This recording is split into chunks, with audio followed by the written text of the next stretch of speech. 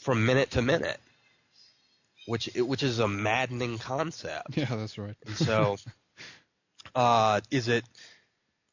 we're seeing it with more frequency because we're exposed to it on a daily basis in a way that humankind has never seen before. Mm. Do I think that it's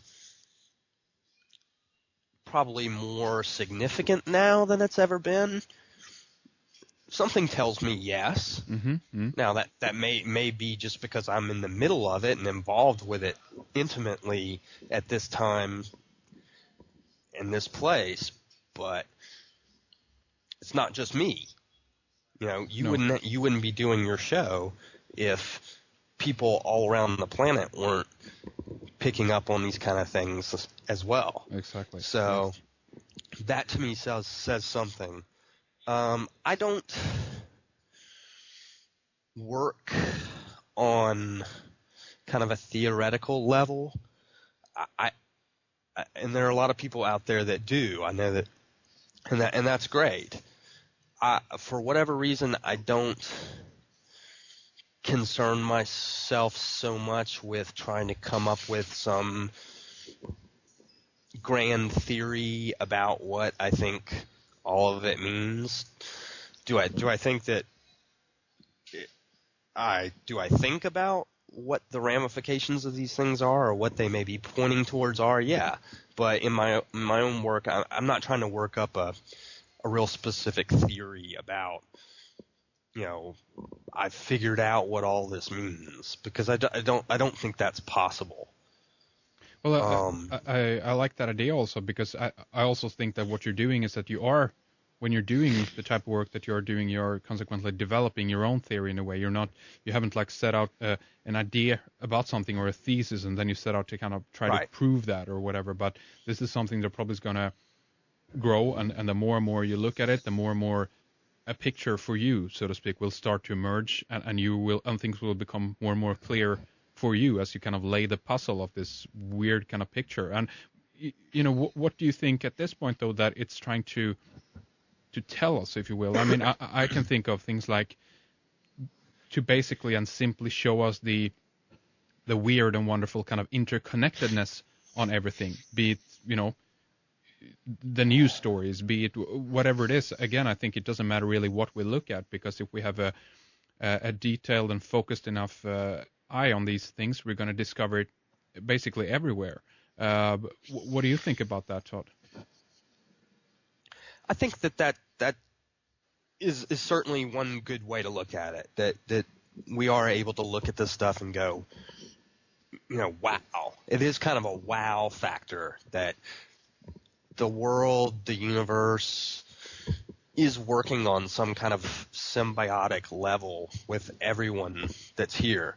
And so you do get a sense that everything really is connected at one level. The wow factor is one way to look at it. Yeah. The other way to look at it for me, which I try not to dwell on, I think, you know, I touched a little bit on this before. I try not to dwell on the future ramifications of events that are taking place on the planet right now. Mm. But in my own personal belief, I do believe that there is a controlling, ruling elite on this planet that are looking to dominate the globe on a scale that we've never seen before. And I do personally believe that. Yeah. I try not to dwell on it too much in my writing, but it is a personal belief. So that's the other way to me of looking at what some of these things may be pointing towards. But I don't like to be a fear peddler, and I know that in the conspiracy community, or however you want to talk about it, I think that there is certainly a split and a divide amongst people that feel like dealing with that kind of stuff is dangerous and is only going to enhance that kind of oppression. And then there are other people that feel like, you kind of have to be happy-go-lucky with this stuff, and then it's all just like tricks of the universe or something, Right. And there's definitely a split that I think is pretty apparent for anyone that follows this material and the people that work absolutely with this material. And I would say it's very much up to the observer of the material as well, because as far as I can tell of all of this is very much about the interpretation of the material and what type of perspective that you're coming from, and again also what you're trying to enforce or verify, rather I should say, the worldview that you're kind of either you're setting out to prove one worldview or you're setting out to prove another worldview. And as you say, I guess that you then come from a background where you try not to do that too much, but just kind of look at it and see, what the image is, what actually slowly kind of evolves or is emerging there. Because again, it's very difficult to have objectivity, if I can say it like that, because again, a lot of the material that we're going into is always being passed through the subjective filter, if you know what I mean. Exactly.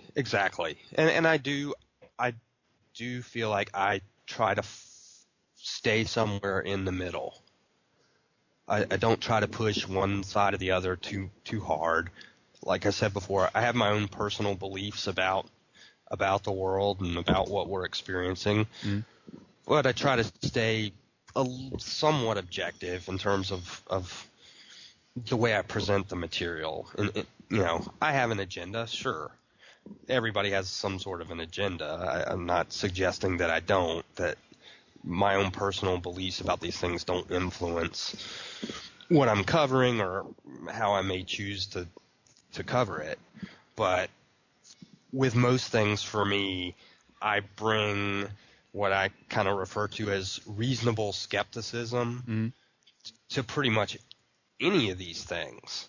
I'm a fairly reasonable skeptic about pretty much everything, because until I've experienced something firsthand for myself directly, it's impossible for me to vouch too much one way or the other on anything. Anything like UFOs is a really good example.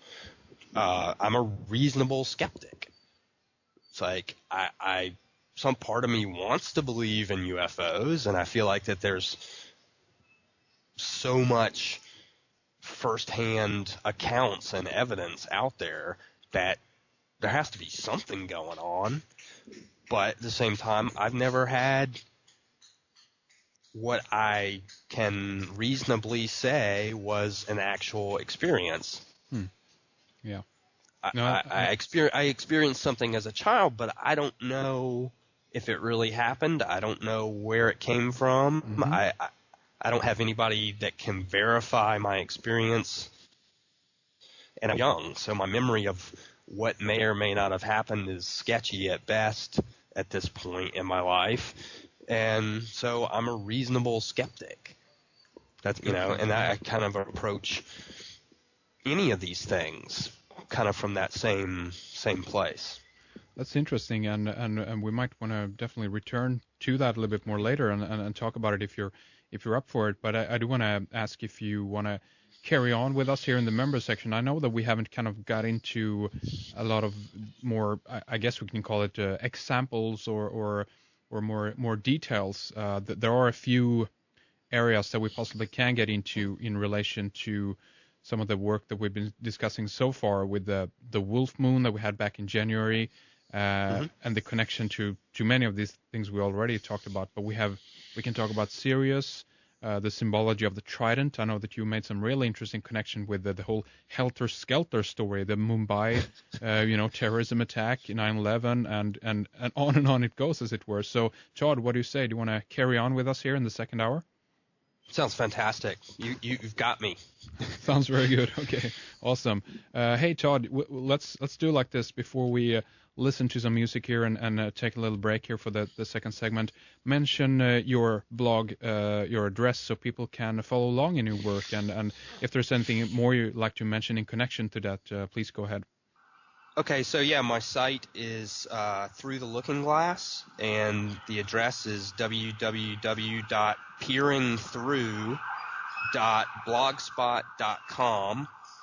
And there, aside from just, my articles that I try to write as frequently as I can, as difficult as that can be sometimes with working full time, there's also a lot of great links there to other writers, various topics, and other podcasts of shows that like yours deal with a lot of these same issues. You'll find all kinds of information there, as well as my writing.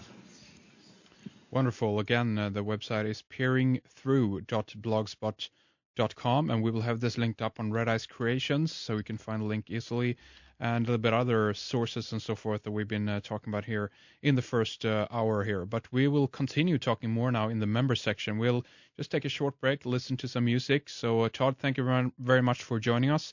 Stay with us, and we'll be right back. More with Todd Campbell coming up for our members. We are going to continue our discussion and primarily focus on the Mumbai terrorist attacks in India, and tied in with the moon and the werewolf. We'll also talk more about Joker symbolism from the Batman sequel, The Dark Knight. Heath Ledger, school shootings and other killings with possible ties to mind control. We'll talk about what is going on and for what possible reason. Go to redicecreations.com, click on subscribe, and find out how to tune in. I also want to mention that if you are making your own music and want to have it played on Red Ice Radio, we are interested in hearing from you. Simply go to our radio archive, click on bumper music at the top, and read more about how to get in contact with us. Here's some Kenny Rogers for you. We'll talk more after this break.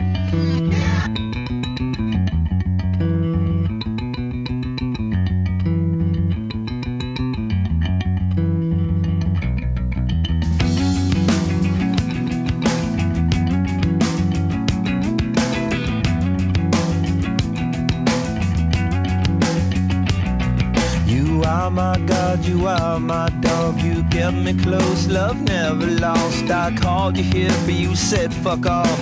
Said your brother's a real pawn. Something gonna happen, or something bad soon. Transcending flesh could be a breeze, sending me Lord of the moon. Friends near-death you gave respect, sympathetic intellect. Choices are for one and all we are at least that fall. That's all.